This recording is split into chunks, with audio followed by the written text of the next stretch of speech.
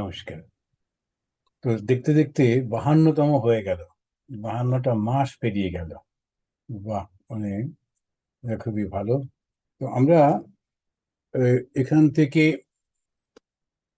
যেখান থেকে পড়ছিলাম তারপর থেকে শুরু করব। তার আগে যেমন আমরা সবসময় করি, কি রেডি? আচ্ছা, তোমরা তো রেকর্ডিং করছো না? তোমরা রেকর্ডিংটা করে রেখো, হ্যাঁ মহারাজ, করছি। হ্যাঁ। আমাকে একটু পাঠিয়ে দিও পরে। হ্যাঁ।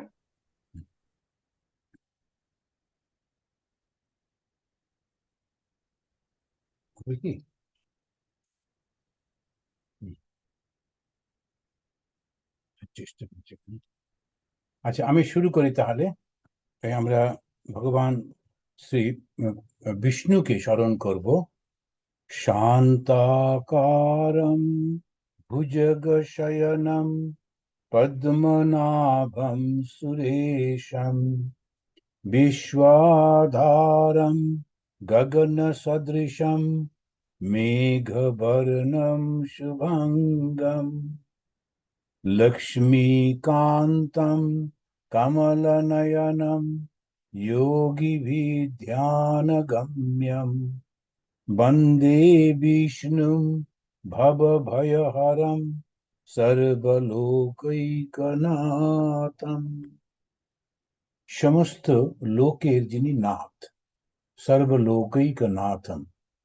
তো নাথ মানে হচ্ছেন প্রভু, আর তাকেই আবার এদেশেতে ইউরোপের দিকে এরা বলে পিতা। তো সেই পিতা যিনি সর্বলোকের, তা তিনি আমাদের বিষ্ণু, বিষ্ণু ভগবান। তার থেকে সমস্ত কিছু সৃষ্টি বলে আমরা তাকেই শ্রেষ্ঠ বলে মনে করি। এখন শ্রীমৎ ভাগবতে দ্বিতীয় স্কন্ধের পঞ্চম অধ্যায় শুরু হচ্ছে নারদের একটা প্রশ্ন দিয়ে। তো পঞ্চম অধ্যায়ে যে নারদ প্রশ্ন করছেন, অত্যন্ত শ্রদ্ধার সঙ্গে তিনি ব্রহ্মাকে বলছেন, দেব দেব নমস্তেস্তু ভূত ভাবনা পূর্বজ। তিনি ব্রহ্মাকে বলছেন। আর এই জিনিসটা খুব অদ্ভুত। মানে যেহেতু ব্রহ্মা নারদকে সৃষ্টি করেছেন, তা নারদের পিতা হচ্ছেন ব্রহ্মা। আর নারদ ব্রহ্মা ছাড়া তো আর কাউকে দেখেনি, সুতরাং ওকেই চেনে। উনি ছাড়া আবার কেউ আছে কিনা সেটা জানে না। সেই জন্য বলছেন দেব দেব নমস্তেস্তু, যে দেবতারের যিনি দেবতা, দেবতারা যাকে পুজো করেন, আমি তাকেই প্রণাম করছি। তা নমস্তেস্তু ভূত ভাবনা পূর্বজ। তুমি হচ্ছ জগৎ স্রষ্টা, তুমি জগৎটা সৃষ্টি করেছো। আর তার মানে কি, তুমি জগতের আগে ছিলে। জগৎটা তুমি সৃষ্টি করলে মানে জগতের আগে তুমি ছিলে বলেই তো জগৎটা সৃষ্টি করলে। তাই বলছি জগৎ পূর্বজ। জ মানে আছে বা জন্মানো, কেন পূর্ব, পূর্বজ। আমরা যেমন বলি না পূর্ব, পূর্বজ আমাদের যে সমস্ত পূর্বপুরুষদের বলা হয়। তা তুমি হচ্ছে সেই পূর্বজা, তুমি অনন্ত, তোমার দ্বারা জগৎ সৃষ্টি হয়েছে। তৎ বিজানীহি যৎ জ্ঞানম আত্মতত্ত্বম নিদর্শনম। তো তুমি আমাকে কৃপা করে আত্মতত্ত্ব সম্পর্কে একটু বলো। আত্মতত্ত্ব নিদর্শনম। যদি লক্ষ্য করা যায়, আমাদের যে এই যে ধর্মগ্রন্থের মধ্যে স্বর্গ সম্পর্কে বলো, স্বর্গে যাব, পথ দেখিয়ে দাও, এসব কিছু কিন্তু বলছে না। সবসময় ওরা বলে যে তুমি আমাকে আত্মতত্ত্বটা বলো, আমি কে সেটা একটু বলে দাও। তো আমাদের হিন্দু ধর্মটা পুরোটাই হচ্ছে জ্ঞান ভিত্তিক। আমাদের এখানেতে অন্য কোনো কিছু নেই জ্ঞান ছাড়া। যা কিছু করি, উপবাস করি, তীর্থযাত্রা করি, আমরা নানান রকমের পূজা করি, কিন্তু সবটার পেছনে একটাই লক্ষ্য, সেটা হচ্ছে জ্ঞান লাভ করা। কি জ্ঞান? আমি কে, কে আমার স্রষ্টা, কে আমাকে সৃষ্টি করেছেন, আর তার সঙ্গে আমার সম্পর্কটা কি, কেন তিনি আমায় সৃষ্টি করলেন, কি কারণে সৃষ্টি করলেন। এই যে তিনটি জিনিস জানার জন্য আমরা চেষ্টা করি। তা সেটাতে উনি বলছেন যে তুমি আমাকে তদ বিজানিহি, আমি জানতে ইচ্ছা করছি, যৎ জ্ঞানম আত্মতত্ত্বম। সেই জ্ঞানটা, কোন জ্ঞানটা? আত্মতত্ত্বটা তুমি আমাকে বলো। এই আত্মতত্ত্ব জানার জন্য সর্বত্র, আমরা কিন্তু ভাগবত পড়ছি, আমরা উপনিষদ পড়ছি না। উপনিষদে আত্মতত্ত্বের কথা আছে, ব্রহ্মের কথা আছে। আর লোকেদের ধারণা ভাগবত মানেই শুধু কৃষ্ণের কথা, ভাগবত মানেই শুধু দেবতার কথা, ভক্তি, তা কিন্তু না। ভাগবত পরিপূর্ণভাবে জ্ঞানেরই কথা। এমনকি মহাভারতেও শুধু জ্ঞানেরই কথা। তো ওই হিন্দুদের হচ্ছে জ্ঞানটাই ধর্ম, জ্ঞান লাভ করলে আর কোনো কিছু নেই। কিন্তু তার আগে যেটা, সেটা হচ্ছে তোমাকে চিন্তা করতে হবে কেমন করে আমি ওই জ্ঞানটা লাভ করব। তো উনি প্রশ্ন করলেন যখন ওই রকম ভাবে, যে তুমি দেবতাদেরও পূজ্য, আমার প্রণাম তুমি গ্রহণ করো, তুমি জগৎ স্রষ্টা, ভূত ভাবনা, তুমি জগৎ স্রষ্টা, পূর্বজ, তুমি অনাদি, তদ বিজানিহি, তাই আপনি তো সেটা জানেন। কোনটা? ওই জ্ঞানটা। যজ জ্ঞানম আত্মতত্ত্বম নিদর্শনম, যে সেই জ্ঞান যা আত্মতত্ত্বকে প্রকাশ করে। জ্ঞান তো বহু রকমের আছে, আর সেটাকে ক্যাটাগরাইজ করা হয়েছে দুটো, একটা পরাবিদ্যা আর একটা অপরাবিদ্যা, যেটা আধ্যাত্মিক জ্ঞান আর একটা জাগতিক জ্ঞান। দুটোই জ্ঞান। এখন জাগতিক জ্ঞান যেটা, জগতের যে জ্ঞান, সেই জ্ঞানটির একটা লিমিট আছে, যে কিছুদিন পরে ওটা থাকে না। কিন্তু আধ্যাত্মিক জ্ঞানের লিমিট নেই, এটা আনলিমিটেড। তো ওই আধ্যাত্মিক জ্ঞানটা মৃত্যুর পরেও সঙ্গে যায়, কিন্তু জাগতিক জ্ঞান মৃত্যুর আগেই ভুলে যায়।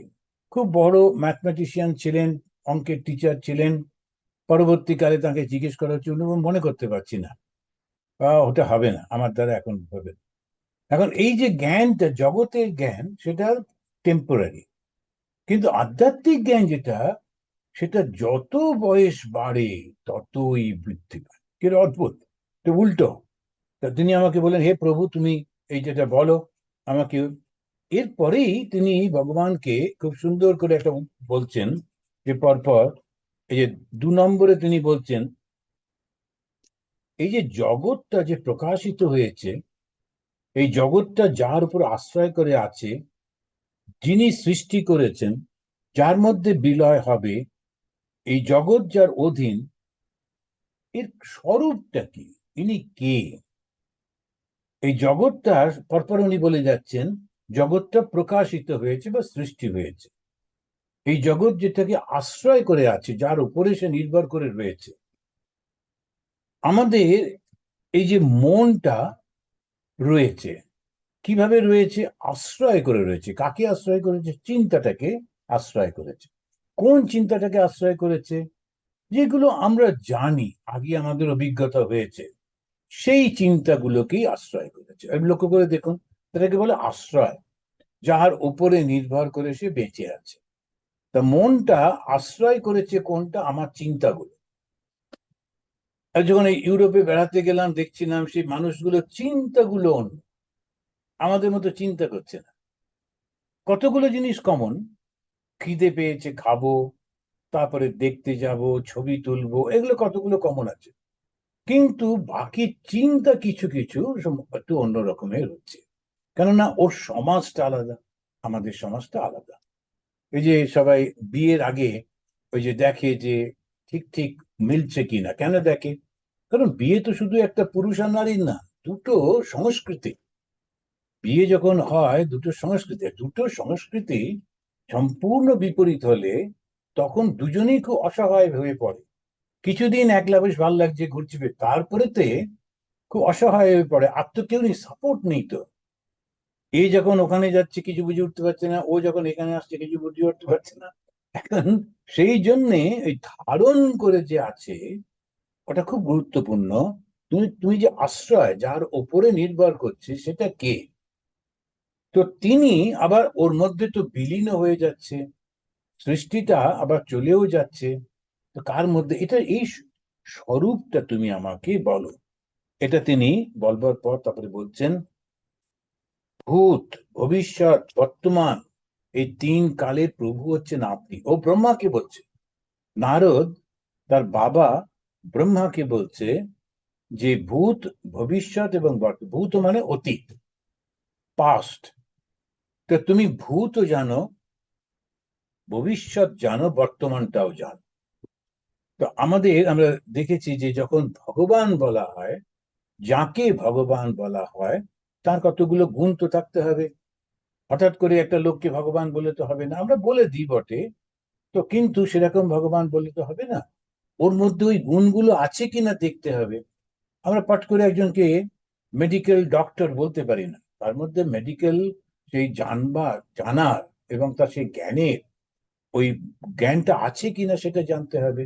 তো সেরকম করতে গিয়ে উনি বলছেন যে তুমি হচ্ছ আমাদের এই জগতে সর্বম, এইখানে আমাদের এটাতে বলছেন ভূত, ভবিষ্যৎ, বর্তমান, ইন, এই তিন কালের প্রভুই হচ্ছে তুমি। জগৎ তত্ত্ব তোমার কাছে হাতে একটা ফল ধরে আছি তার মতো। তো ওখানে ওটাকে ইয়ে করলেন, মেশিন ছিল যেটা তুলে এইবার। তো ওইটা জগৎ তত্ত্বটা হচ্ছে এই, এটা তোমার হাতে ধরা একটা ফলের মতো। তুমি যখন হাতে একটা ফল ধরে আছো, যখন খুশি খাবো, সেই রকম জগতের তত্ত্বটা তোমার কাছে এত ইজি। তো সেই জন্য ওটা বোঝাবার জন্য বলছে হাতে ধরা একটা আমলকি ফলের মতো। তখন আমলকিটা খুব পাওয়া যায় আমাদের দেশে, তো খুব দামি কিছু না, এই সাধারণ একটা আমলকি। ছোট ছোট গোল গোল আমলকি গুলো হয়, প্রচুর হয়। ওই রকম একটা আমলকি, মানে একটা সাধারণ, তুমি জাস্ট যখন খুশি তুমি ওটা পেতে পারো। তো সেই রকম তোমার কাছে রয়েছে। তা তুমি আমাকে বলো, একজনকে যখন প্রশ্ন করছে একজন শিক্ষককে, তার কাছ থেকে জানতে চাইছি কিরম বিনয়ের সঙ্গে বলে যাচ্ছে না, তাকে কত সুন্দর করে প্রেজেন্ট করছেন। বলছেন তুমি হচ্ছ ভূত, ভবিষ্যৎ, বর্তমানের কর্তা।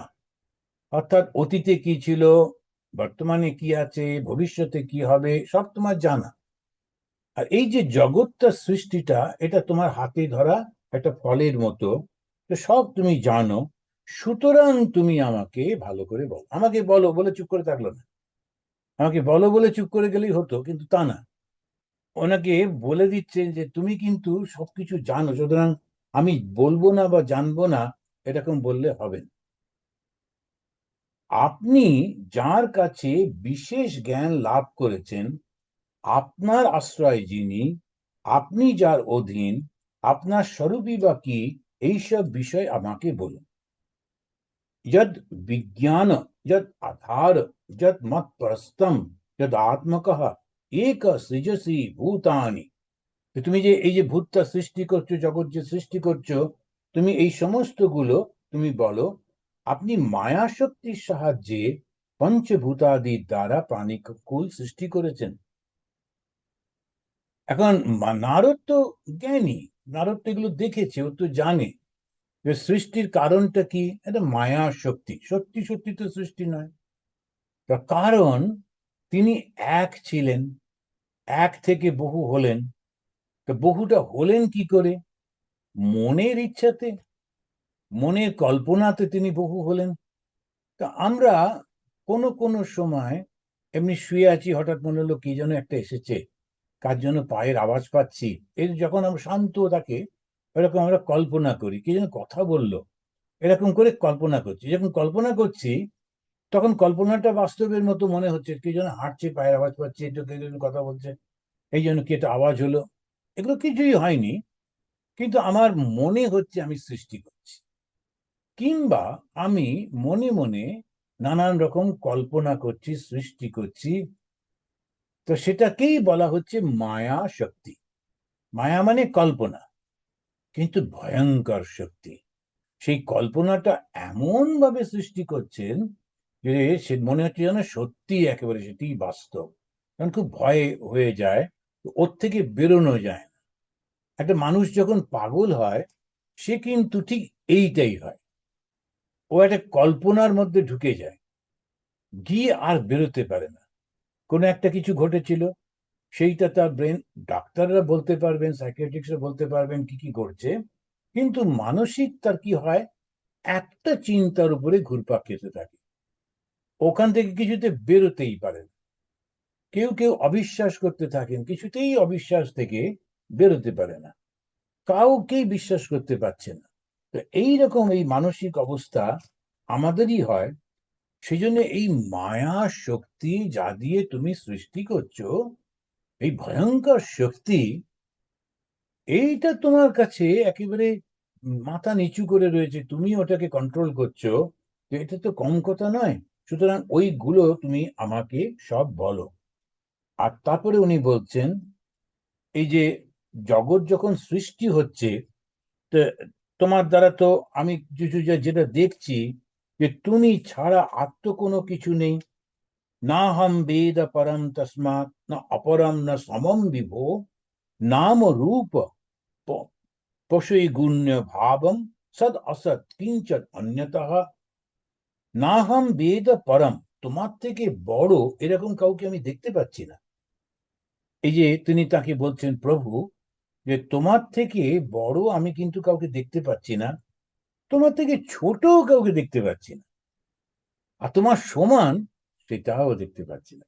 কেন ভাবে তুমি ছাড়া কেউ নেই এরকম বললেন না, ওটাকে আর একটুখানি সাহিত্য করে সুন্দর করে বলছেন, তোমার থেকে বড় কাউকে দেখতে পাচ্ছি না, তোমার থেকে ছোট কাউকে দেখতে পাচ্ছি না, আবার তোমার সমান না এরকমও কাউকে দেখতে পাচ্ছি না। তার মানে কি? তুমি ছাড়া কেউ নেই। তিনি বলছেন, নাম রূপ পশের গুণই অভাবম সদ অসৎ কিঞ্চন অন্যতঃ। তা তুমি হে সর্বশক্তিমান, আপনার অপেক্ষা উৎকৃষ্ট, নিকৃষ্ট কিংবা সমান কেউ নেই। তা এই যে জগতে তুমি কিভাবে রয়েছো সেইটা আমাকে একটু জানাও। এটা একটা অদ্ভুত প্রশ্ন। তুমি একলা রয়েছো, আবার তুমি অনেক হয়ে রয়েছো। তো এই তুমি একলা আবার তুমি অনেক, এইটা আমি ঠিক বুঝতে পারছি না। এই ব্যাপারটা আমাকে একটু বুঝিয়ে দাও। যে তুমি ইচ্ছা করছো, তুমি সৃষ্টি করেছো। নারদ অত্যন্ত জ্ঞানী, তা তাকে যখন জিজ্ঞেস করা হয়েছিল তুমি আসলে কি কি পড়েছো, নারদ বললেন যে জগতে যত রকম আছে সব পড়েছি, শিক্ষা কল্প ব্যাকরণ ছন্দম নিরুত্তম জ্যোতিষ সব পড়া হয়ে গেছে, কিন্তু তবু আমার মধ্যে জ্ঞানের তৃষ্ণা মিটছে না। সেই জ্ঞান আহরণ করবার জন্যে উনি ছুটে ছুটে বেড়াচ্ছেন। যতক্ষণ না ব্রহ্মজ্ঞান হয় ততক্ষণ ওই জ্ঞানের তৃষ্ণাটা থেকেই যায়। আরো জানবো, আরো জানবো, আরো কিছু জানার আছে, এইরকম মনে হতে থাকে। তো সেটাতেই উনি বলছেন যে প্রভু, তোমার উপরে কাউকে, তোমার থেকে নিচে কাউকে, তোমার থেকে ছোট এরকম কাউকে বা সমান আমি কাউকে দেখতে পাচ্ছি না। সুতরাং আমার ধারণা, এই যে সূক্ষ্ম বস্তু, এই যে স্থূল বস্তু, এই সমস্ত তুমিই আছো, তুমিই করেছো, আর অন্য কিছু না, এটা আমার ধারণা। তারপরে উনি বলছেন, স্বভাবান আচরিত গৌরম যত তপ সুম সুমসম্মোহিত সুসম্মোহিত। সম্মোহিত মানে একদম ডিপ মেডিটেশন। সু সু মানে অত্যন্ত গভীর ধ্যানের মধ্যে আমি তোমাকে দেখেছি। স্বভাবান, সেই তুমি, যার থেকে বড় ছোট তোমার সমান কিছু নেই, সেই তোমাকে আমি দেখলাম তুমি ধ্যান করছো। কার ধ্যান করছো? এইটাতে উনি খুব সুন্দর করে জিজ্ঞেস করছেন, তেনা খেদয়সে না ত্বম।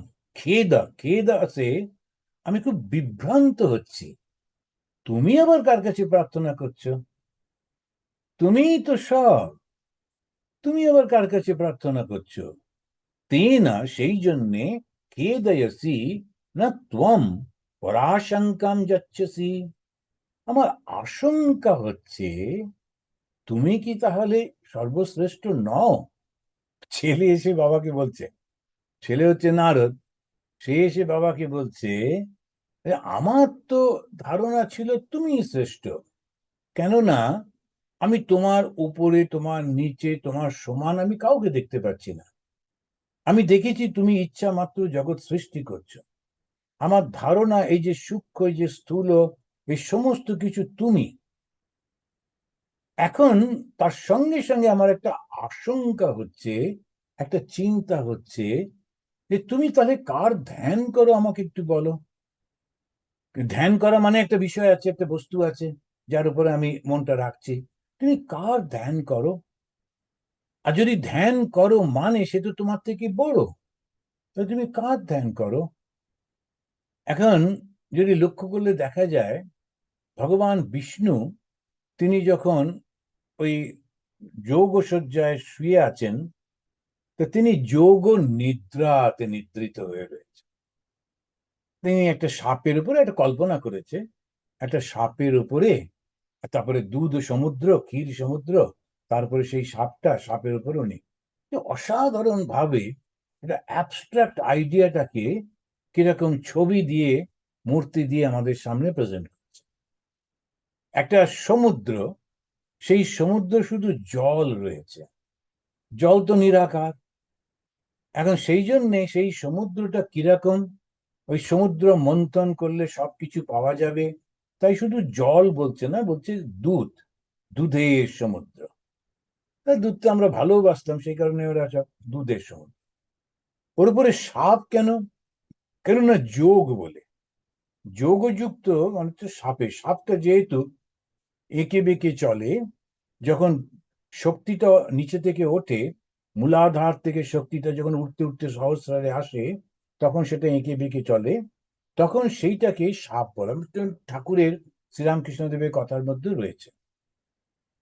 তো সেই জন্য এই সাপটা বিশাল বড় একটা সাপ, ওই সাপের উপরে ভগবান বিষ্ণু শুয়ে আছেন, ধ্যান করছেন না। কিন্তু ভগবান বিষ্ণু কিন্তু ধ্যান করছেন না ওইটা, কেননা উনি আবার কার ধ্যান করবেন? তো তিনি, তিনিই তো সব। আমি যখন কারো ধ্যান করছি, অর্থাৎ আমার উপরে কেউ একজন রয়েছেন যার উপরে আমি মনটা দিচ্ছি। ভগবান শ্রীরামকৃষ্ণ দেব তিনি সমাধিস্থ হতেন, অর্থাৎ তার স্বস্বরূপে ফিরে যেতেন। যতক্ষণ তিনি সাধনা করছিলেন ততক্ষণ ধ্যান করতেন, তারপরেতে তার কিন্তু আর ধ্যান লাগছে না। তিনি একটু কোনো কিছু হলেই সমাধিস্থ হচ্ছেন। কথামৃতে বারবার আছে, এই সমাধি প্রাপ্ত হওয়া মানে নিজের স্বরূপেতে ফিরে যাওয়া, নিজের জায়গাতে ফিরে যাওয়া, নিজের ভাবের মধ্যে ফিরে যাওয়া, তারপরে আবার আসা, এসে আবার ওই নাটকটা করা। এই নাটকটা যে খুব ভালো লাগছে তা না, কিন্তু এটা করতে হবে, সেই জন্য করছেন। কিন্তু ফিরে যাচ্ছেন মাঝে মাঝে নিজের জায়গায়, আর সেখানে খুব আনন্দ হচ্ছে তার। তো আমরা যারা এই দেশে বিদেশে কাজ করে, আমাদের যারা ছেলেরা, যারা ইন্ডিয়ান, তাদের কথা বলছি, ওরা যখন দেশে যায় খুব আনন্দ করে, বলে মহারাজ এবারে দেশে যাচ্ছি, ইন্ডিয়ায় যাচ্ছি কিছু কিছু বলে, বেশিরভাগ লোক বলে দেশে যাচ্ছি।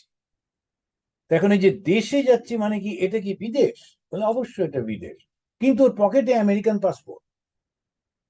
যখন ওকে দেখানো হচ্ছে, ওর ভেতরে লেখা রয়েছে সিটিজেন অফ আমেরিকা, আর আমেরিকান পাসপোর্টটা নেওয়াতে 192টা কান্ট্রিতে ওর ভিসা লাগছে না, সেটা সব ঠিক আছে, কিন্তু বলছে আমি দেশে যাচ্ছি। কেন কি? ওইটা ওর ভালো লাগার জায়গা, ওখানে জন্মেছি, ওখানকার মানুষজন, ওখানকার কথাবার্তা, ওখানকার সমস্ত এনভায়রনমেন্ট একটু আরো পরিষ্কার পরিচ্ছন্ন, আর একটু ভালো শিক্ষিত মার্জিত হলে ভালো হতো, কিন্তু তবু ভালোবাসি। এখন যিনি ওই আত্মজ্ঞানী, তারও সেই দশা। তিনি আসেন, এসে সবার সঙ্গে কথা বলছেন, মিশছেন, উৎসাহ দিচ্ছেন, কি করে নাম করতে হয়, কি করে ভগবানকে ডাকতে হয়, এসব করছেন টরছেন, কিন্তু যেন একটা মিশনে এসছেন, ওই মিশনটা। কিন্তু যেই সময় পাচ্ছেন, সঙ্গে সঙ্গে তিনি তার নিজের নিকেতনে চলে যাচ্ছেন, নিজের স্বরূপে চলে যাচ্ছেন। সেটা হচ্ছে সমাধি। তো এইখানেতে উনি বলছেন, তুমি কিন্তু তা করছো না, তুমি সমাধিতে যাচ্ছ না, তুমি ঘোর তপস্যা করছো। সেখানে উনি বলতে গিয়ে বলছেন, সুসমাহিত অচরবৎ, অচরদ ঘোরম ইয়ৎ তপঃ। অচরত মানে আচরণ করছো, ঘোরম কঠিন, তপঃ তপস্যা। তুমি আবার তপস্যা করছো। তপস্যা মানে কি? কোনো একটা বস্তুকে পাওয়ার জন্য একাগ্র ভাবে সাধন করা। যখন কেউ পরীক্ষায় পাশ করতে চাইছে, সে সব কিছু বন্ধ করে দিয়ে খুব পড়াশোনা করে, তো আমরা বলি একেবারে তপস্যা করছে, কোনো কিছু একটা করছে, সে হয়তো কোনো আবিষ্কার করবে, কেউ সে ল্যাবরেটরিতে কাজ করছে দিনের পর দিন, ওখানেই ঘুমিয়ে পড়ে, ওখানেই থাকে, তপস্যা করছে। তপস্যা মানে একাগ্রতার সঙ্গে কোনো কিছু প্রাপ্ত হবার চেষ্টা। তো সে নারদ ব্রহ্মাকে বলছেন, আচ্ছা তাহলে তুমি এত ঘোর তপস্যা করছো কেন? ওটা আমার একটু সন্দেহ হচ্ছে। তুমি তো সর্বশক্তি, তুমি তো সবকিছু, তোমার আবার তপস্যার কি দরকার? তুমি কাকে ডাকো? সেটা সন্দেহ প্রকাশ করছে। এখন যিনি শ্রেষ্ঠ, তাকে যদি সন্দেহ প্রকাশ করি, সেজন্য গুরুর ওপরে কখনো সন্দেহ করতে নেই, সন্দেহ প্রকাশ করতে নেই, ওই জন্য গুরুর খুব কাছাকাছিও থাকতে নেই। এই যে মানুষ রূপী গুরু যারা, তারা কখনো রেগে যাচ্ছেন, বিরক্ত হচ্ছেন, খাচ্ছেন, ঘুমোচ্ছেন, একদম মানুষের মতো। তো তাকে দেখলে মনে হয় না যে তিনি কোনো দৈব শক্তি সম্পন্ন ব্যক্তি। সুতরাং ভুল হয়ে যেতে পারে, মনে হয় এ তো আমাদেরই মতো, এর আবার অত কি, কেনই বা এরকম করছি। ঠাকুর শ্রীরামকৃষ্ণ দেবকে দেখে উনি পায়চারি করছেন কুটকুট করে। মথুর বাবু, তিনি বসেছিলেন উল্টো দিকের বাড়িটার বারান্দায়, তো ভাবছেন এই লোকটার জন্যে আমি এত কিছু দিচ্ছি, তো এর মধ্যে সত্যি সত্যি দৈব গুণ আছে তো, এত খরচা করি। আর এরা তো হচ্ছে ব্যবসাদার লোক, জমিদার লোক, কিছু না পেলে শুধুমাত্র কিচ্ছু দেবে না। বলছেন যে আচ্ছা এর মধ্যে সত্যি সত্যি কিছু আছে কি, বলে সন্দেহ করছেন। যেই সন্দেহটা মনের মধ্যে, সে ওর কপালও তেমনি, ভগবান শ্রীরামকৃষ্ণদেব তো। তো উনি সঙ্গে সঙ্গে দেখছেন যে রামকৃষ্ণদেব হেঁটে যাচ্ছেন একদিকে শিব, আবার যখন ফিরে উল্টো দিকে আসছেন তখন কালী। তখন হাউমাউ করতে করতে সে পায়ে পড়েছে। ঠাকুর বললো কি হলো? অন্য লোকেরাও অবাক। লোকটা বসেছিল ওইখানে চেয়ারে, হঠাৎ লাফিয়ে ঝাঁপিয়ে কেন ঠাকুরের পায়ে এসে পড়লো? তখন বলছে, ঠাকুর বলছেন কি হলো গো, তোমার আবার কি হলো? তখন বলছেন এবার চিনেছি, আমার ভুল হয়ে গেছিল, ভুল হয়ে গেছিল। এখন ওটা প্রভু কৃপা করলেন বলে ওর ভুলটা। সেজন্যে গুরুর খুব কাছাকাছি থাকতে নেই। গুরু কাছাকাছি থাকলে ওই ভুল হয়ে যাবার সম্ভাবনা থাকে। কারণ সেইটাই ওই নারদের কি সেই ভুলটা হচ্ছে, ওর বাবা ওর কাছেই থাকে, তা ব্রহ্মা তাকে, সেই কারণে ব্রহ্মা বলছেন যে না, এ তন্মে পৃচ্ছত সর্বম সর্বজ্ঞ সকলেশ্বর। তারপরে নারদ শেষ করছেন, তুমি সর্বজ্ঞ, তুমি সর্বে ঈশ্বর, তোমার থেকে একটা শিক্ষা পাওয়ার জন্য আমি জিজ্ঞাসা করছি, যেহেতু তুমি সবকিছু জানো, তাই দয়া করে আমাকে বলো। এর কারণটা হচ্ছে আমার উপর রাগ করো না, আমি তোমাকে যে সন্দেহ করে ফেললাম, তো সেটাতে তুমি বিরক্ত হয়েও না। আমি শুধু জানতে চাইছি, ওই জন্যে আমি সন্দেহ করছি, মানে আমি জানতে চাইছি, তুমি সর্বস্রষ্টা হলেও কার তুমি ধ্যান করো, কাকে তুমি প্রার্থনা করো? শুধু ধ্যান করা বলছে না, তপস্যা করছো, সুকঠিন তপস্যা করছো, এটা কার জন্যে? ওই জন্য আমার তেন খেদয়সে নত্বম পরাশঙ্কম যাচ্ছসি। আমার খেদ হচ্ছে, খেদ মানে হচ্ছে বিভ্রান্ত হচ্ছি, আমার মনের মধ্যে প্রশ্ন জেগে যাচ্ছে, তো তুমি আসলে কে? তা আশঙ্কা হচ্ছে। নারদ এই কথাগুলো শুনে ব্রহ্মা তখন বলছেন, তোমার প্রশ্নের মধ্যে দিয়ে যে সংশয়টা তুমি প্রকাশ করেছো, সেটা সঙ্গত। আমি তোমার দোষ ধরছি না, ওটা সঙ্গত। তুমি আমাকে জগৎ স্রষ্টা বলে যে মনে করেছো, তার কারণ তোমার আসল জ্ঞানটা নেই বলে মনে করছো। আমি ধ্যান প্রার্থনা করছি দেখে তোমার মনে প্রশ্ন জেগেছে। বিচিকিৎসিতম, বিচিকিৎসিতম শব্দটা খুব সুন্দর। বিচিকিৎসিতম মানে হচ্ছে একটা প্রশ্ন জেগেছে, সেটাকে আমি, সেটা একটা একটা সন্দেহ জেগেছে, সেই সন্দেহটাকে আমি প্রশ্ন আকারে দিচ্ছি। আর সন্দেহ রয়েছে তোমার প্রতি, কিন্তু সেটাকে আমি যেন জানতে চাইছি, প্রশ্ন আকারে প্রেজেন্ট করছি। আমি তোমাকে সন্দেহ করছি, এটা ভয়ঙ্কর এক ব্যাপার। গুরুকে সন্দেহ করছে, এরকম তো বলা যায় না। তাই বলছে যে বিচিকিৎসিতম, তুমি আমাকে সন্দেহ করছো না, কিন্তু আশঙ্কা একটা রয়েছে, তাই তুমি আমাকে প্রশ্ন। এই যে শব্দগুলো না, এটা হচ্ছে সংস্কৃতি, এই যে আমাদের যে সমস্ত দেখবেন ব্যবহারগুলো আমাদের দেশেতে, মানুষগুলোর ব্যবহার কি অসাধারণ। এখন একটু গোলমাল হয়ে গেছে, নানান রকম কারণে সব এখন খুব, আমরা যে এখন যাদেরকে দেখি অত্যন্ত লো ক্যাটাগরির মানুষ, হয়তো সায়েন্সটা জানে, এটা জানে, সেটা জানে, কিন্তু এই যে ব্যবহার কি করে করে, কথাবার্তা কি বলে বলে, এই যে মানুষের সংস্কৃতি যেটা, সেটি কিন্তু অনেকটা অনেকটা হারিয়ে যাচ্ছে, গেছেও। তার কারণ এই জিনিসগুলি আমরা এখান থেকে নিই না। আমরা যখন ভাগবত পড়ি, তখন ভাগবতেতে আমরা ওই ব্রহ্মজ্ঞান তিনি বললেন, কিংবা ঈশ্বর ডাকো এরকম বললেন, কিন্তু এই যে শব্দটা বলছেন যে শিষ্য, সেটা সন্তান হওয়া সত্ত্বেও শিষ্য। তো তো শিষ্য তিনি গুরুকে কেমন ভাবে কথা বলবেন, বা ছেলে বাবার সঙ্গে কি করে কথা বলবে।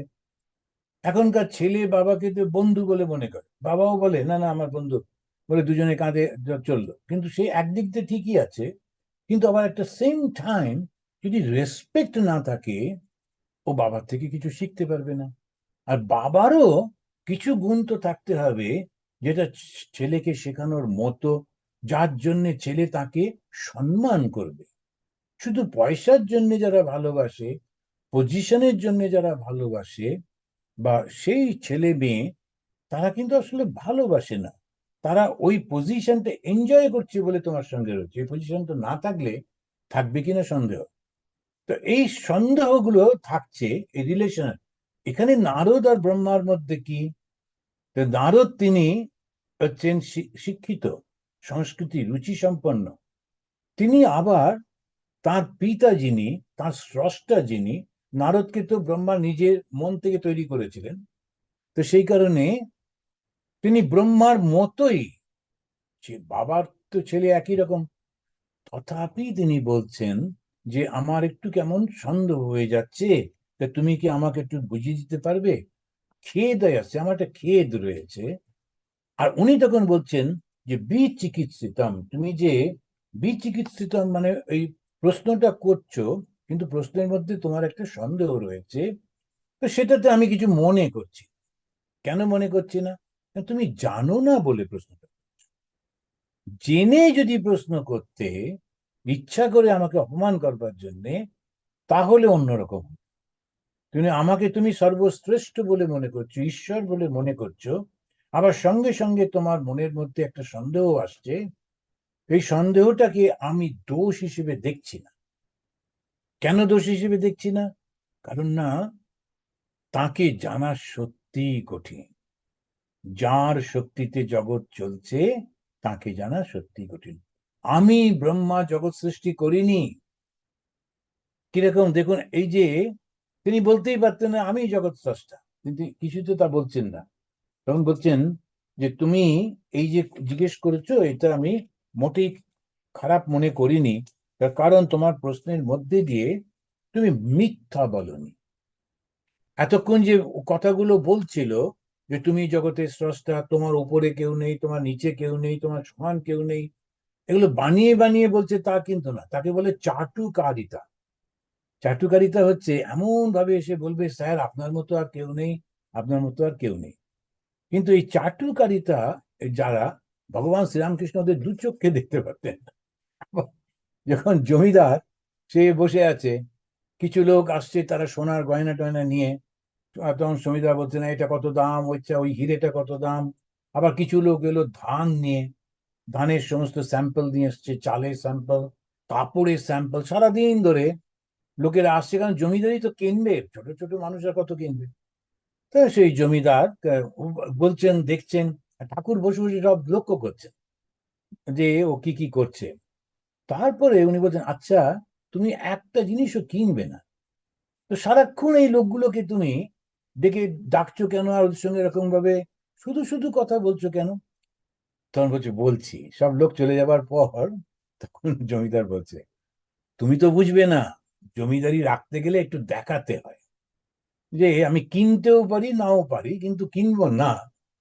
তবু সারাদিন ধরে আমার কাছে লোকেরা রয়েছে, আসছে যাচ্ছে, এসব যদি না হয়, একদম ফাঁকা হাঁ করে বসে আছি, আমি কিরাম জমিদার, লোকেরা সম্মান দেবে না, ওই জন্য লাগিয়ে রাখতে হয়। তো ও যারা সংসারী লোক ওরা ওরা জানে এটা একটুখানি সব নানা রকমের লাগিয়ে রাখতে হয়, তা না হলে ওই সম্মান পাওয়া যায় না।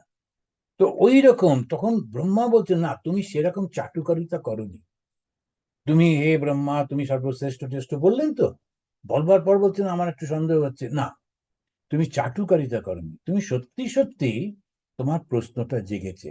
দেখুন একটা সন্দেহ করছে ছেলে, কিন্তু তথাপি তিনি রাগ করছেন না, তার কারণ ও জেনুইন। এইটা হচ্ছে কালচার। এই কালচারটা আমরা ভুলে যাচ্ছি, তার কারণ আমরা দুর্বল হয়ে গেছি। কেউ এসে যেই জিজ্ঞেস করছে আপনার এই কাজটা সম্পর্কে আমার একটু ডাউট আছে, সঙ্গে এই ওকে বন্দি করো, হ্যাঁ বলে তাকে সঙ্গে, যেহেতু আমার ক্ষমতা আছে ওকে বন্দি করে রাখো, ও যেন বেরোতে না পারে। এরকম তো হওয়া উচিত না। এটাতেই উনি বলছেন। তারপরে উনি তখন বলতে গিয়ে বলছেন, আমরা এখানে দেখছি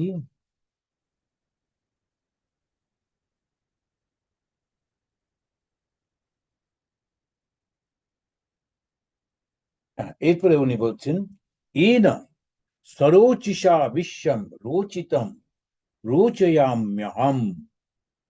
তুমি যে যে এন সরোচিষা বিশ্বম রোচিতম রোচয়াম অহম। তারপর একটা উদাহরণ দিচ্ছেন, যেমন করে সূর্য টূর্য ইত্যাদি। বলছে জানো এই জগৎটা কিন্তু আমি সৃষ্টি করিনি। জগৎটা যে শিক্ষক যেমন ছাত্রকে একটা আউটলাইন করে দিয়েছে, ড্রয়িং এর শিক্ষক যিনি, আর্ট শিক্ষক, তিনি একটা আউটলাইন করে দিয়েছেন। তারপরে পাশে রংটাও লাগিয়ে দিয়েছেন, চুলের রংটা কালো দিতে হবে, গায়ের রংটা এরকম হবে, তারপরে জুতোর রংটা এরকম হবে করে ছবিটা আমরা যে ছোটবেলায় যে পাওয়া যেত, এক পাশেতে কি হবে ছবিটা, আর এক পাশে ওটা আউটলাইন। এবার ওই বাচ্চাটা ওই দেখে দেখে দেখে দেখে সে ওই রংটা দিল, আর সুন্দর একটা ছবি ফুটে উঠলো। ও ওইটা নিয়ে গিয়ে আমি এঁকেছি আমি এঁকেছি বলে দেখায়, কিন্তু ওর তলায় সমস্ত ঈশ্বর সব করে দিয়েছেন। আর আমি সেইটার ওপরে সব শুধু দাগা বলিয়ে আমি করেছি আমি করেছি মনে করি। সেটা উনি যে বলছেন যে এই যে চন্দ্র সূর্য নক্ষত্র তারকা, এই সমস্ত কিছু সৃষ্টি হয়েছে পরমেশ্বরের, যাকে তুমি জানো না। তিনি এই জগৎটা আগেই সৃষ্টি করে দিয়েছেন, আমি শুধু তার উপরে একটুখানি দাগা বুলিয়ে দিই। আচ্ছা, বাংলা একটা কথা আমরা ছোটবেলায় শুনতাম, দাগা বোলাতে হয়। আগে রবীন্দ্রনাথের যে অ আ ক খ সব লিখতেন, সেইগুলো দিয়ে আমাদের বলতো ওর উপরে দাগা বোলা। বারবার বারবার একই অ অ করে যাচ্ছি, করে হাতের লেখাটা ভালো হবে। তারপরে তো হাতের লেখাটাই উঠে গেল, সুতরাং আর রবীন্দ্রনাথ লাগবে না, দাগা বোলানো শব্দটাও উঠে গেল। এখন এই যে দাগা বোলানো মানে একটা জিনিস যেটা অলরেডি আছে, আমি সেটার উপরে করছি। ব্রহ্মার কিরকম, দেখুন সে একটুও তার মধ্যে অহংকার নেই। উনি বলছেন তুমি আমাকে স্রষ্টা বলে সম্মান করেছ, কিন্তু সেটা বানিয়ে বানিয়ে তুমি বলনি, কেননা তুমি জানো না বলে আমাকে স্রষ্টা বলে মনে হচ্ছে, কিন্তু আমি আসলে স্রষ্টা নই। যিনি স্রষ্টা তিনি সব কিছু আগেই করে দিয়েছেন। সেই স্রষ্টাকে 12 নম্বর শ্লোকে গিয়ে দ্বিতীয় 5 এবং 2:5-12, তস্मै নমো ভগবতে বাসুদেবায় ধীমহি জন্ময়ায়া দুর্গয়া মাম বদন্তি জগৎগুরু। তার মায়াতে আমাকে তিনি জগৎগুরু বানিয়ে দিয়েছেন। লোকে আমাকে পুজো করছে এই ভেবে যে আমি হচ্ছি সেই জগতের গুরু, আমি জগৎ স্রষ্টা, কিন্তু আসলে আমি কিচ্ছু করিনি। তিনি সমস্ত কিছু আগে থেকে সব করে দিয়েছেন। আমি তাকে প্রণাম করছি। তস্মৈ তাকে, নমো ভগবতে বাসুদেবায়, সেই যে ভগবান যিনি বাসুদেব, তাকে আমি প্রণাম করছি। তিনি তার কৃপা করে তিনি আমাকে জগৎ গুরু বানিয়ে দিয়েছেন। স্বামী বিবেকানন্দ যখন কলকাতায় ফিরে এলেন, এখান থেকে আমেরিকা থেকে যখন গেলেন, কলকাতায় নামার সঙ্গে সঙ্গে ওরা এখনো সেইটা করে একটা জাহাজে করে ম্যাড্রাস থেকে জাহাজে করে কলকাতায় পোর্টে গেছিলেন। কলকাতা থেকে নেমে ওখান থেকে ট্রেনে করে শিয়ালদা স্টেশনে, তখন শিয়ালদা স্টেশনে পৌঁছবার সঙ্গে সঙ্গে চতুর্দিকে একেবারে হাজার হাজার লোক ওকে নেবার জন্য দাঁড়িয়ে আছে। তখন তো ঘোড়ার গাড়ি, তার ওই ঘোড়ার গাড়ি নিয়ে এসেছিল, কিন্তু লোকেরা বললো না, ঘোড়া খুলে দাও। সমস্ত ক্যালকাটা ইউনিভার্সিটি স্টুডেন্টরা তারা সে ঘোড়াটা খুলে দিয়ে নিজেরাই ওটা টানতে লাগলো। কলকাতার বড় বড় লোকেরা সেটা টানছে। তো এরকম যখন নিয়ে যাচ্ছে মাস্টার মহাশয়, তিনি ওই এত লোক ও বেচারি কোথায় দাঁড়ায়, যদিও নরেন ওনার অত কাছের, কিন্তু তখন আর সেই নরেন তো আর নরেন নেই। মাস্টারমশাই ঢুকতে পারছেন না ভিড়ের মধ্যে, দূরে দাঁড়িয়ে দেখছেন। ওর মধ্যে মাস্টারমশাইকে দেখে স্বামীজি তাকে গ্রিট করলেন। খুব ইচ্ছা ছিল ওকে বোধ হয় গাড়িতে তুলবেন, আসলে সময় হলো না লোকজনের মধ্যে। তখন ওরা তো আর ওকে চেনে না, সুতরাং এবারে যখন ওরা জয় দিচ্ছে, বিবেকানন্দজি কি জয়, তখন থামিয়ে দিয়ে বলছে, এই খবরদার আমার নাম জয় দিও না।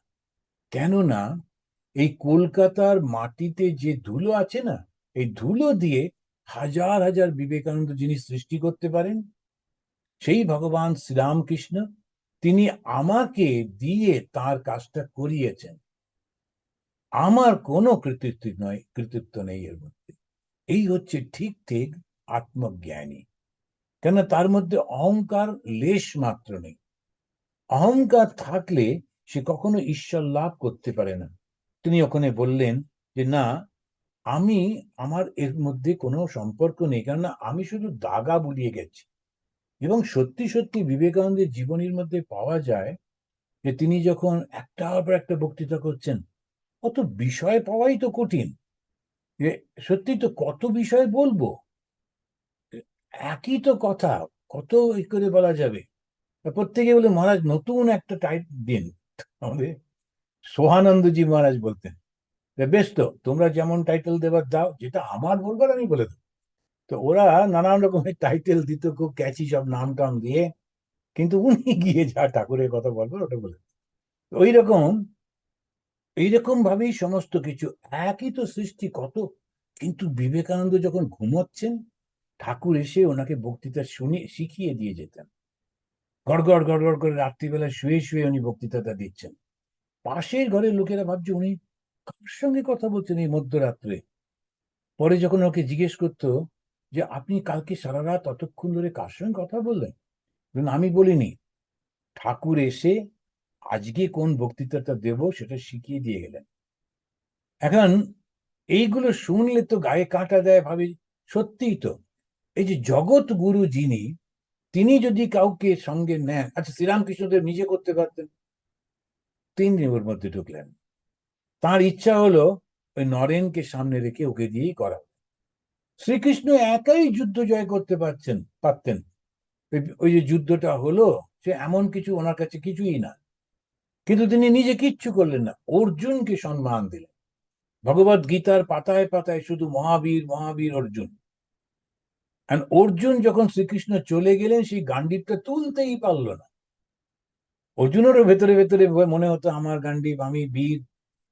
কিন্তু যখন শ্রীকৃষ্ণ মারা গেলেন, উনি যখন সেই মেয়েদের রক্ষা করবার জন্য গুজরাটে গেলেন, তখন সেই দস্যুগুলো এসে মেয়েদের নিয়ে চলে যাচ্ছে, তখন অর্জুন নিজের গান্ডীবটাই তুলতে পারলেন না, যুদ্ধ করবেন কি।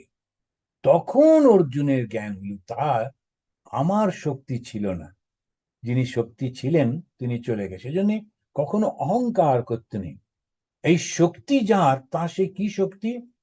মায়া শক্তি।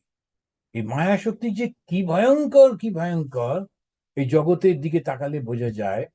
আমরা তো ইতিহাস পড়েছি, ইতিহাসের পাতায় পাতায় এই ধরনের লোকগুলোর কথা আছে, যারা যেই ক্ষমতা পেয়েছে সঙ্গে সঙ্গে মনে করেছে আমি সর্বশক্তিমান, সে সেইটা দিয়ে সমানে জগৎকে নষ্ট করেছে।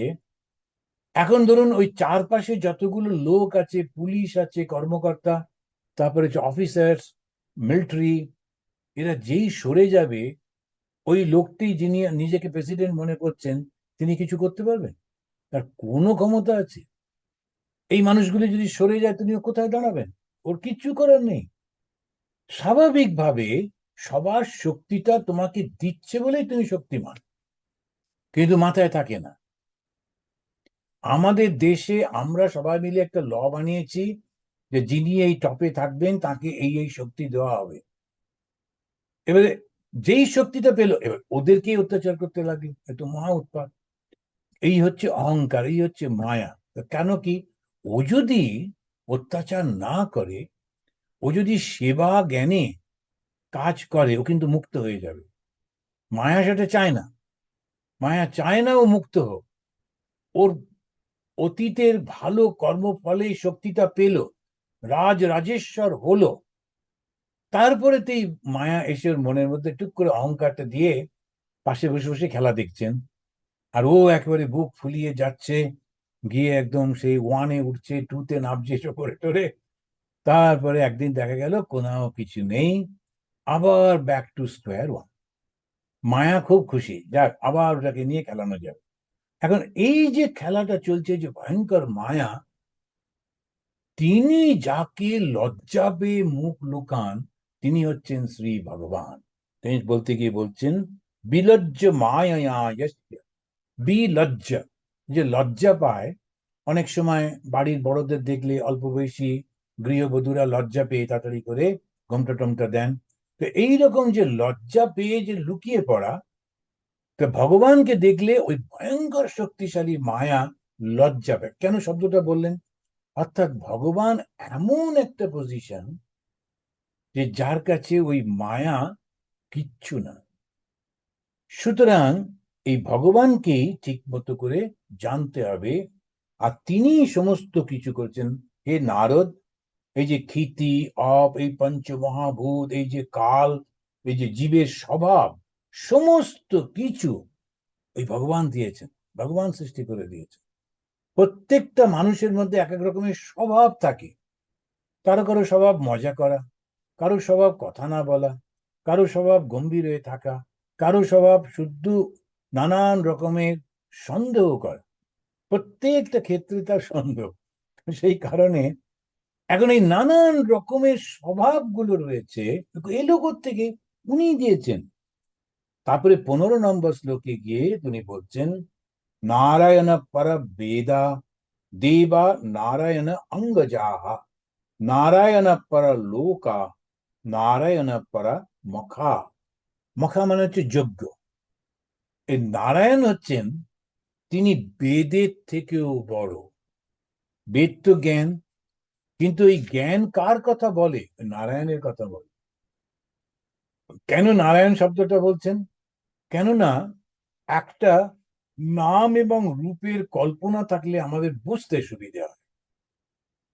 ভাগবত, সে আমাদের সাহায্য করছে একেবারে বৈদিক জ্ঞানটাকে দেবার। কিন্তু বেদে যখন বলছে ব্রহ্ম, তখন একটা মনে হচ্ছে যে কি রকম এই জিনিসটা হবে। সর্বত্র যিনি রয়েছেন, তিনি চৈতন্য ভাবে রয়েছেন, তিনি ব্রহ্ম। আমরা কল্পনা করতে পারি না, আচ্ছা শুনে নি ওই পর্যন্ত, বাস ওই হয়ে গেল। আমরা যে খুব একটা বুঝতে পারি, খুব একটা পাবার চেষ্টা করি, জানবার চেষ্টা করি, তা নয়। হ্যাঁ, এটা ঠিক আছে, আমরা আবার সেটা শিখে ওটাই বলে যাচ্ছি। কিন্তু কেউই ঠিকভাবে জানি না সর্বব্যাপী এই চৈতন্যটা কি। কিন্তু যখন নারায়ণ বলা হলো, তখন আমাদের মনের মধ্যে একটা কল্পনা এলো যে তিনি শঙ্খ চক্র গদা পদ্মধারী সেই যে বিষ্ণু, তিনি হচ্ছেন সেই নারায়ণ। তিনি সমস্ত কিছুর শক্তি, তার মধ্যে থেকেই সব সৃষ্টি। তখন আমার বুঝতে সুবিধা হয়, তখন আমার একটা ধ্যানের বস্তু পেয়ে আমার মনটাকে অন্যান্য বিষয় থেকে তুলে তার চরণে দিতে সুবিধে হয়। ওই জন্যেই আমাদের হিন্দুরা, তারা বেদান্ত রেখেছে, কিন্তু সাধারণ মানুষের জন্য এই ভাগবত, এই ভগবানকে এনেছে। তো যিনি ভগবান, তিনিই কিন্তু ব্রহ্ম। কিছু কিছু লোক তারা মানতে চায় না, তারা মনে করে যে না, ব্রহ্ম এবং ভগবান আলাদা, নানান যুক্তি তৃপ্তি দেয়। কিন্তু ভগবান শ্রীরামকৃষ্ণদেব বলছেন, আমাদের মহাভারতে বলছেন, আমার ভাগবতে স্পষ্ট করে বলা হচ্ছে যে যাকে ব্রহ্ম বলা হচ্ছে তিনিই ভগবান, তিনিই সেই নারায়ণ। ভগবান শ্রীরামকৃষ্ণদেব আবার এক পা এগিয়ে এসে বললেন, তোমরা যাকে ব্রহ্ম বলো আমি তাকে কালী বলি। মা কালীকে নিয়ে তো ভীষণ সমস্যা। এমন এক দেবী, একটু ফর্সা হলে তবু আমরা মেনে নিই, যদিও আমাদের নিজেদের গায়ের রংটা অতটা নয়, তবু আমরা ফর্সা লোক ভালোবাসি। আবার মাকে এমন কুচকুচে কালো রং দিয়েছে, তো সেটা একটা মুশকিল। তারপরে আবার কাপড় নেই, তারপরে একটা মালা গলাতে যেটা দিয়েছেন সেটা ফুলের মালা না, নরমুণ্ড। এরপরে হাতে একটা খড়গ। এরপরে বলছেন মা বলে ডাকো, বলছে মহা মুশকিল, আর কাউকে পেলে না। সুতরাং হিন্দুরাও খুব কনফিউজ। আর সেই সুযোগ নিয়ে এক ধরনের যে প্রচারক, তারা বলল যে তোমরা এমন বোকা, এই ভয়ঙ্কর মহিলাকে।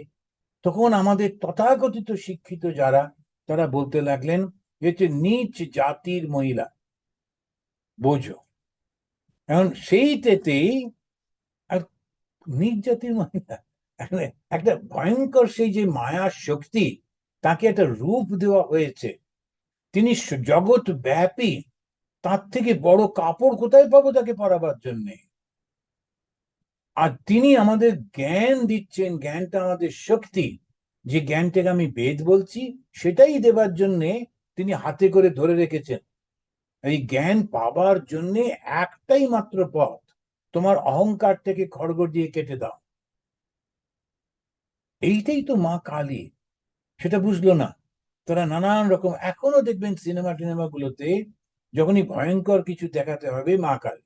সাউথের সিনেমাতে খুব বেশি করে দেখায়, ওরা না বুঝে এসব করতে থাকে, হু হা করে। কিন্তু আসলে মা কালী হচ্ছেন জ্ঞানের দেবী। ভগবান শ্রীরামকৃষ্ণ দেব সেইটি সুন্দরভাবে আমাদেরকে এই বারে দিলেন। তিনি সমস্ত কিছু, এই যে নারায়ণ, তিনি বেদের থেকেও বড়। এই যে নারায়ণ, তারই অঙ্গ হচ্ছে সমস্ত দেবতারা। এই যে সমস্ত লোকও দেখছো, পৃথিবীর ওপরে 7টা লোক আছে, পৃথিবীর নিচে 7টা লোক আছে। একদম শেষেরটা হচ্ছে পাতাল, অতল, পাতাল, ভূতল, এরকম সব নানা রকম 7টা আছে। আবার উপরের দিকেও ভূ ভুবস্য করে করে স্বর্গ যাচ্ছে।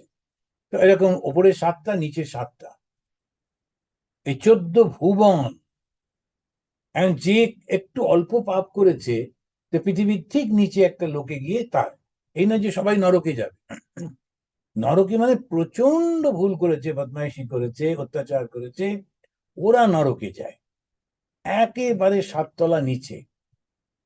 আবার যখন সেই ব্রহ্ম, যে আমাদের ব্রহ্ম বলতে এই ব্রহ্মা নয়, এই ব্রহ্ম যে আমাদের যে কনসিয়াসনেস, তাও নয়, ব্রহ্মলোক। তো ব্রহ্মলোকটা হচ্ছে একদম শেষ, তারপরেই মুক্তি। অত্যন্ত যারা ভালো মানুষ, ঋষি তুল্য, তারা ওই ব্রহ্মলোক পর্যন্ত যান, করতে করতে করতে করতে স্বর্গ পেরিয়ে ব্রহ্মলোকে চলে যায়, সেখানে গিয়ে অবস্থান করেন, তারপরে ওখান থেকে মুক্ত হয়ে যায়। স্বামী বিবেকানন্দ, তিনি মুক্ত হলেও এত শুদ্ধ পবিত্র, তার একটা ব্যক্তিত্ব কি তিনি রক্ষা করতে পারেন। এইরকম 7জন ঋষি আছেন।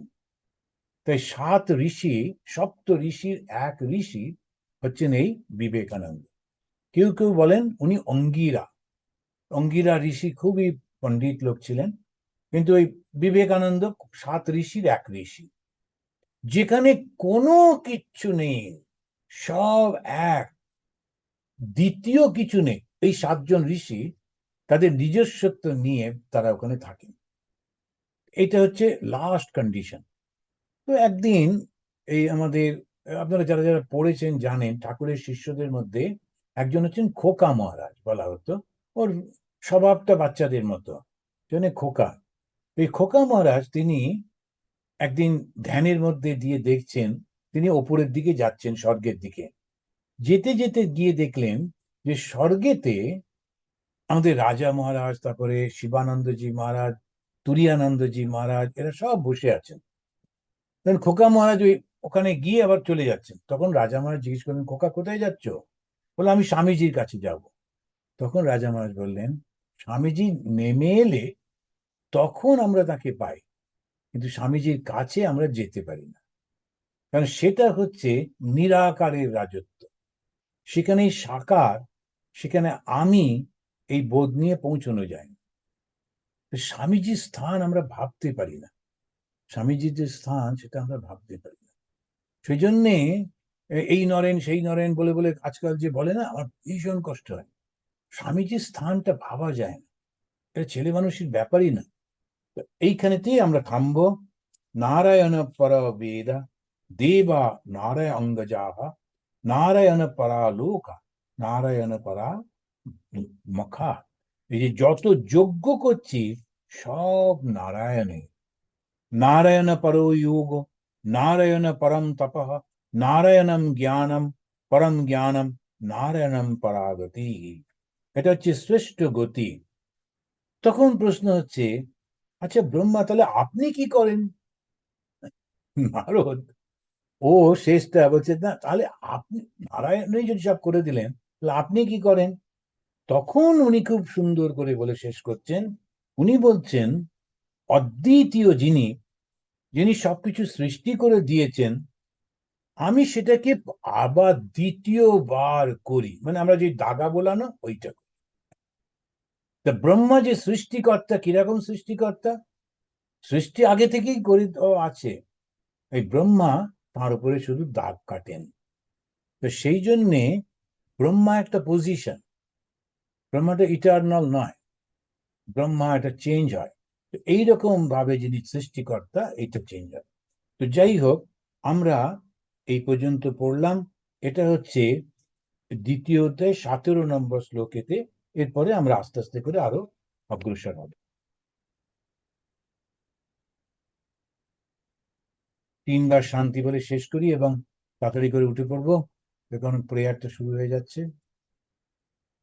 ওম শান্তি শান্তি শান্তি। হরি ওম তৎসৎ। শ্রীরামকৃষ্ণ অর্পণমস্তু।